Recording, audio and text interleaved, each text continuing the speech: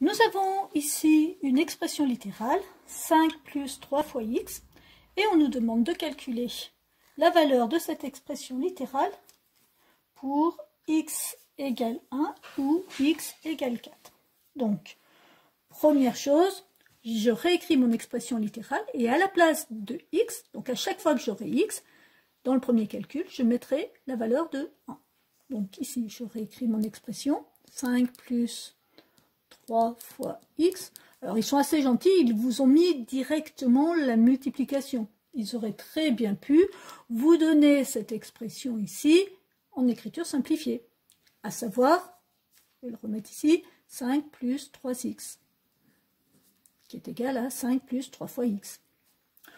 Il faut être capable de faire la traduction, hein. Alors, ici, on n'a pas ce souci-là. Donc, on nous demande dans un premier temps de remplacer x par 1. Donc, chaque fois que je vais avoir x, eh ben, je vais le remplacer par 1. Donc, ici, ça va me donner 5 plus 3 fois, et à la place de x, on a dit qu'on mettait 1.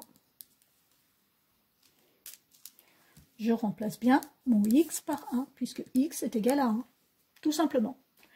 Ensuite, je rappelle que la multiplication est prioritaire, ce qui veut dire que je ne peux pas calculer 5 plus, donc 5 plus, je donne ici mon résultat, 5 plus 3, égale 8.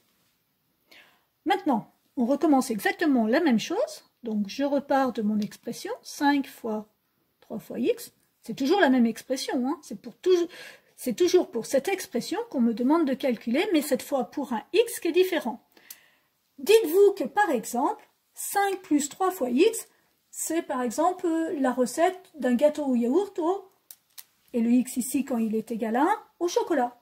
Donc ici, vous prenez chaque fois, je ne sais pas, 5 pots, alors un pot de farine, un pot d'huile, un pot de yaourt, un pot de sucre et un pot je sais pas, de chocolat, et justement, ben, ça sera 3 fois du chocolat. Ici, on a fait le gâteau au chocolat, on a obtenu le résultat du gâteau au chocolat. Comme j'ai mis du chocolat, j'obtiens du chocolat. Maintenant, je vais plus faire un gâteau. Je ne vais pas faire un gâteau au chocolat, mais je vais faire un gâteau, par exemple, à la vanille.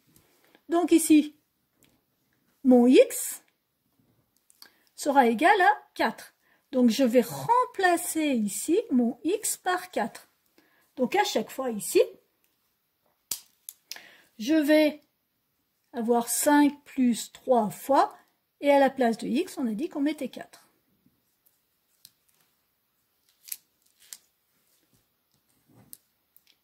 X est égal à 4, et bien x est bien égal à 4. Et je le calcule pour la même expression. Je rappelle que la multiplication est prioritaire, donc 5 plus 12, et ça va me faire 17. Et vous voyez que le résultat, ici, est différent de tout à l'heure, parce que je n'ai pas mis la même chose. On reprend notre exemple de gâteau. J'ai mis du chocolat pour parfumer mon gâteau. J'obtiens un gâteau au chocolat. J'ai mis de la vanille dans mon gâteau. C'est toujours le même gâteau, c'est toujours l'histoire du gâteau au yaourt, avec un pot de farine, un pot d'huile, un pot de sucre, un pot de yaourt et un pot de parfum.